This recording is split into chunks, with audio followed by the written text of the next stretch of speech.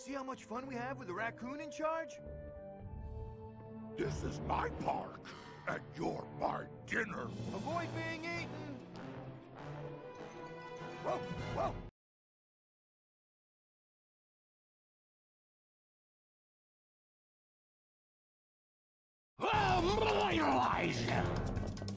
Hi everyone, Over the Hedge.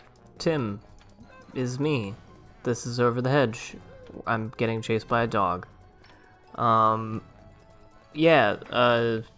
the movie there's a Rottweiler who's actually very, like, sweet and playful. I mean, he's still aggressive and hurts the animals, but he also is just, like, saying play. Apparently, in the original, sort of, not cut of the movie, but in the original draft of the script, the dog was actually very aggressive, and instead of saying play, play, play, was saying kill, kill, kill.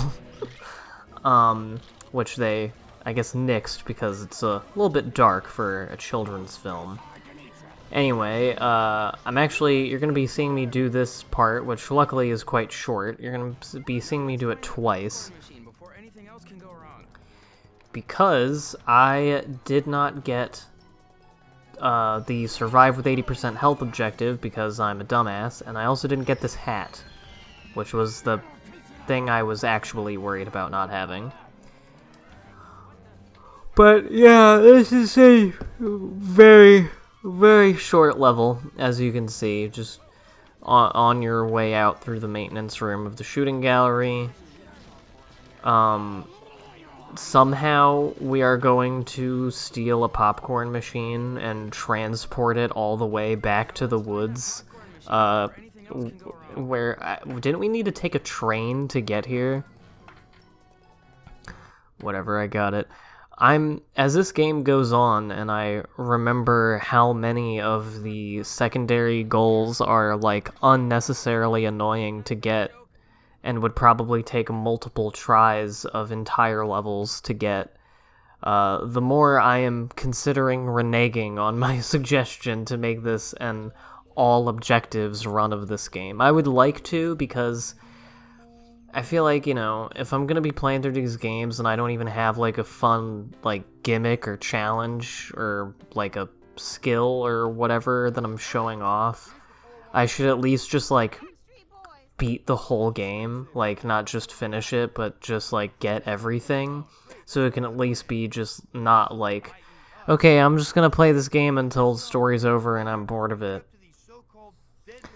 But, whatever. Anyway, it's cutscene time. Hammy runs along power lines all the time, don't you, champ? That blue sparkly stuff tickles my toes and makes my eyes smoke. You're right. These meetings are really helpful. Power lines lead us right to this attic window, as if by divine providence. We go through the attic, then cross through this yard. Bingo! We're at the Smith's back door, dead or alive. It's as easy as pie, but without the hassle of burning the crust. Just the image I needed. Verne, a wise raccoon, once said that none of us can truly appreciate life until we try extra hard to lose it.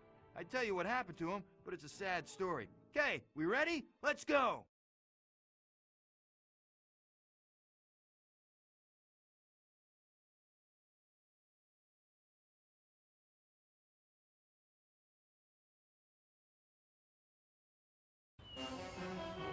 Why can't all yards we almost die crossing be this well decorated? Yeah, I'm really digging their use of space. It really screams, smash everything pink! Hey, a castle. Reminds me of those medieval logs our ancestors lived in. Okay, here's the fun part. We just have to get to the house, then across those wires. Who says adventure never comes in twos? For a minute there, I actually thought you'd said wires. You know, like the electrical current carrying kind. Look, let's just worry about getting that bridge down first. Alright, you ready to fight about 90 gophers? Because I certainly wasn't when I recorded this. Also, I'm going to be talking over it, thankfully, but get ready to hear the porcupine child say, "Help, I'm small, frail, and cuddly," about 600 times during this level. I thought that they had multiple things that they said, but apparently this one only knows one sentence and just says it endlessly for the entire time. And luckily you are within earshot of him for the majority of this part of the level. But we'll be saving him and taking him to his mommy very soon, so it's okay. Anyway, here is a wonderful example of in this game where the thing you need to do is very simple, but they just throw like 400 enemies in your way, so it takes like 10 minutes. I never really like internalized or noticed in this game how much of the gameplay is just like extended periods of smashing the X button to hit enemies, and just like from a watching it standpoint is just like 10-minute long sections of just endlessly smacking different animals around. It's very weird. And later on I'll be speeding some of it up, even though it's not like... I was about to say it's not unimportant, but like, it's not important. It's just, you know, I usually try to only speed up stuff in the game when it's like me fucking up, or me like going to explore something that takes a bunch of time that like you don't need to see the whole trek, or I'm like backtracking through something you've already seen. And that's not the case with the part that I've sped up later on, but it's just a part that takes way too goddamn long and is not fun to watch. So, and I mean, it's nothing crazy. It's literally just stuff like this of beating up enemies, but I just figure I wanted to show 2 full levels in this game. I mean, other than the maintenance room, and by in this game I meant in this video. But when each level has a 15-minute section of whacking around, you know, 40 enemies, that can be a little bit tough, unless you want the videos to be 40 minutes long, which I don't. Anyway, this part is fun because you get to break up the castle, and it makes a fun ripping sound when you do, and you also get to smash up all the presents, which is the secondary goal, which is neat. And you also get to fight 2 of the most annoying enemies in the game. The most annoying regular ones, because I would say that, like, the grills and some of the other ones we're gonna encounter later on are probably more, like, I probably die to them more, or like they're just a bigger pain in the ass. But these ones just take forever, even though they're literally just like regular old hit 'em with the X button enemies. But because the rabbits hop and because the gophers dig underground every 2 seconds, and because every time you get hit or do too many swings of your club in a row, Verne has to take a 5-minute breather before he can start doing anything again, in which time the enemy can hit you like 8 more times, or just like go back to Timbuktu. So, yeah. And I'm not really sure what the deal with this birthday party is. They have it all set up and they got the cake out and the presents, but this house is deserted. There's nobody in it. Well, that's not true. There are at least 2 people inside, which we'll see in the next part when we actually go inside the house. But like, they don't act like they're preparing for a birthday party or anything. Maybe it's over and no one ate the cake or got the presents. I don't know who it's for, but whatever. And yeah, apparently there's a ground pound in this game. I did not know that.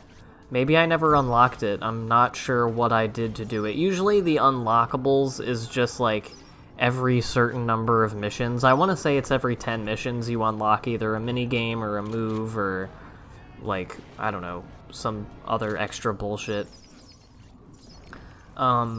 But I got it, and now I know it's a thing, so now I'm trying to hit enemies with it, and it's not really working that much. I also love when I hit Y to do the special move with Verne, where he takes his shell off, and it hits nobody. That's awesome.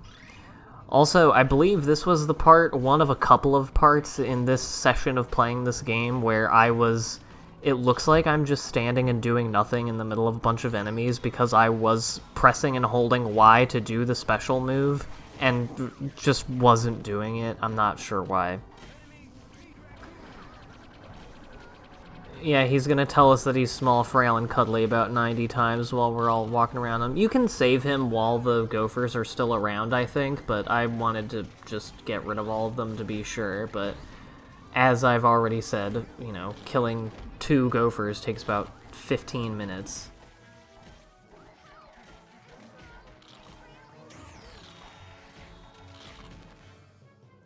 Alright, you can shut up, kid. You couldn't have figured your way out? I mean, I guess you're in a cage. Maybe you don't go here? I don't know. And I'm bummed because I wanted to get that thing of chips, but I wanted to check up here because I stupidly thought this was just getting on the roof of the house, but it's actually, getting up on the wires. So yeah, this is me trying to fall down and realizing that I have fucked myself and I won't be able to get the beautiful chips. Which I think is the only thing over there, but I was mad because I was like, well, what if there's another thing? And this is one of those parts of this game where your AI partner is useless. Or at least he was here. RJ, like, he's keeping up okay right now, but as it goes on, maybe I'm just killing it or whatever. I usually get my ass kicked at this part, and I definitely should have gotten shocked there. But I managed to get through all of this without getting electrocuted, but RJ is all the way back there, and he's doing okay now, but later on he starts getting his ass handed to him. And these zaps are a lot louder than I remember them. Maybe it's just because I'm playing it with headphones for the first time, but it's really quite scary.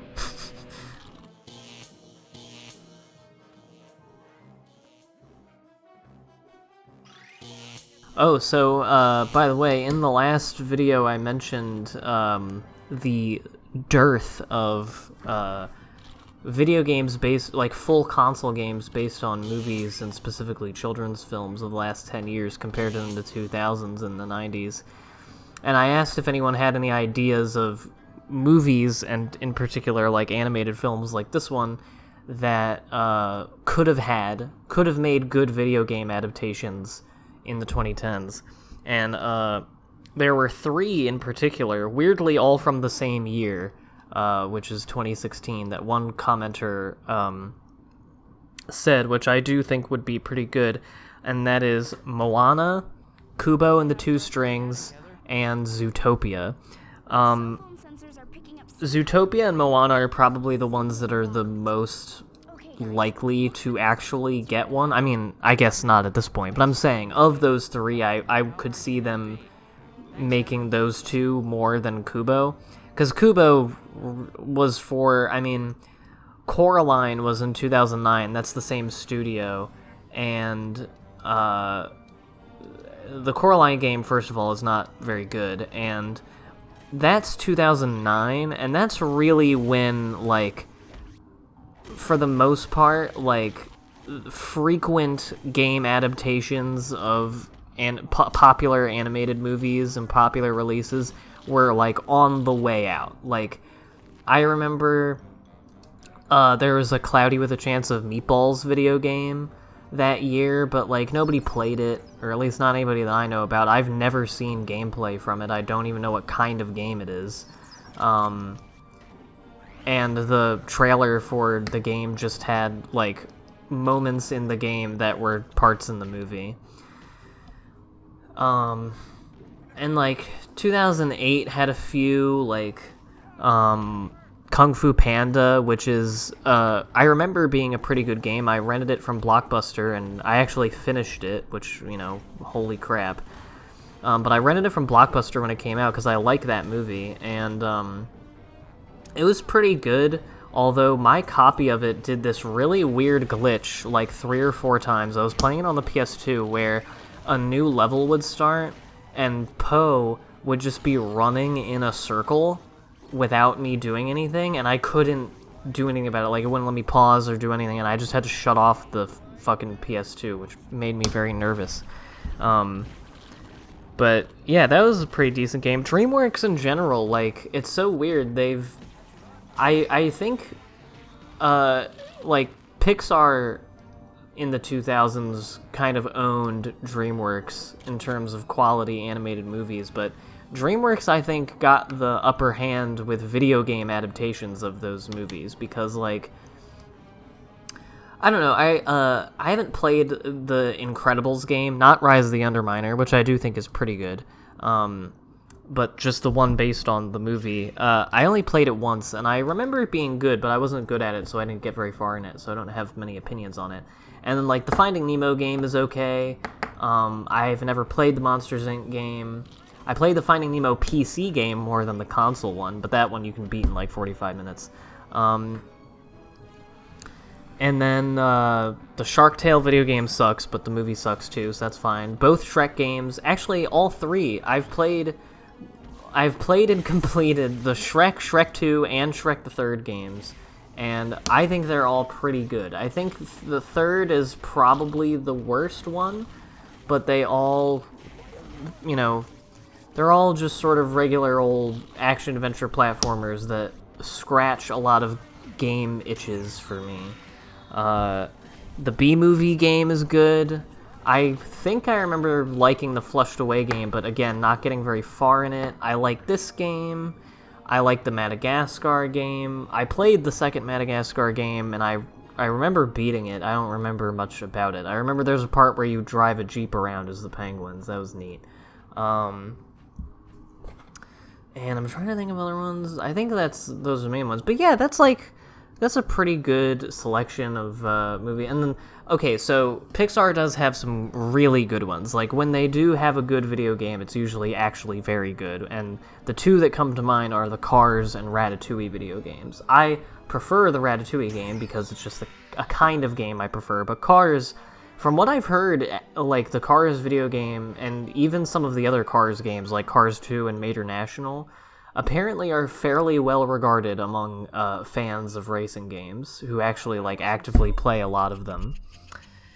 Here are these machine gun chipmunks, which are extremely annoying and like to hide in the corner of the level and take forever to hit because you get like 2 hits on them and then they run away. And they also run like just a little bit faster than you can run, so it's very hard to chase after them. But yeah, I'd like to, of the games that I've just said, I think the B-movie game and Shrek 2 and maybe Shrek 1 are the ones I'm most likely to LP in the future. Maybe I'll do Shrek the Third or something. I'd have to play through it again, like, decide if it's something I actually want to do. I also have to figure out, like, what consoles it's available on. Because it's 2007, so it's that weird interim period where it could be on PS2, but it may also be not, and I don't know if it came out for the Wii or not. I think I remember playing it on PS2, but I don't really remember. And maybe I'll do a Let's Try of the Kung Fu Panda game if I can play it. I guess if that came out, because that was 2008, I guess if that was coming out on the PS2, then Shrek the Third probably also came out on there. But anyway, the only problem with DreamWorks video games is that they love escort missions. The lemur level in the Madagascar game, the escape missions in this, which are, I think, probably the worst example of it, and they're my least favorite part of this game, is the escape missions. And there's the mission in the Shrek 2 game, when you're in Far, Far Away, where you have to protect Cinderella from 400, like, burglars and ruffians while she's shopping. But yeah, on the subject of movies from the 2010s that would have been good, those 3 that I mentioned earlier. So when I picture a Zootopia game, I picture something very similar to the Chicken Little game.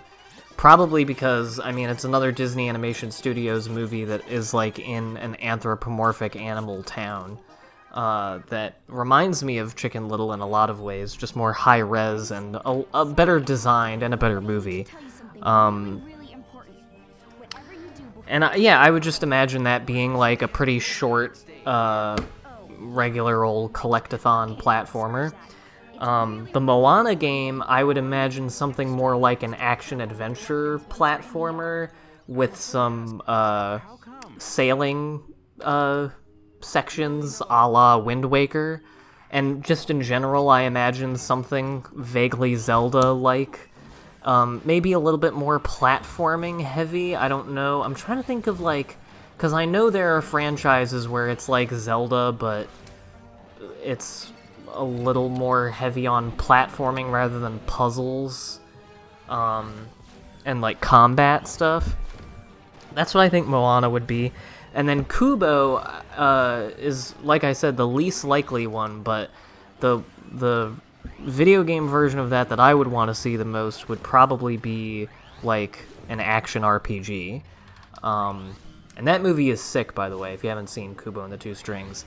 And so this is one of those things where my child self would be like kicking himself watching me do this, because I used to give myself so much fucking grief over this part, because I would try to go into Laser Town, which sounds like I'm saying Lazy Town, and I would try to do what I just did with all 4 or 5 of those grills, but from here. And of course they eventually get over to you, and then they hit you, and then you can't control where you're going, and you go through the lasers, and then you lose the don't hit a laser mission, which is why I'm being extremely precautious with my jumps and with swanging my thing around. And RJ is just fucking it all up for us. But yeah, I used to think you had to stand in the middle there and do it, but no, you can get all of them from the patio, which makes this entire enterprise much easier, because then by the end, you only have to deal with, like, what, 3 rats or something? It's not too bad.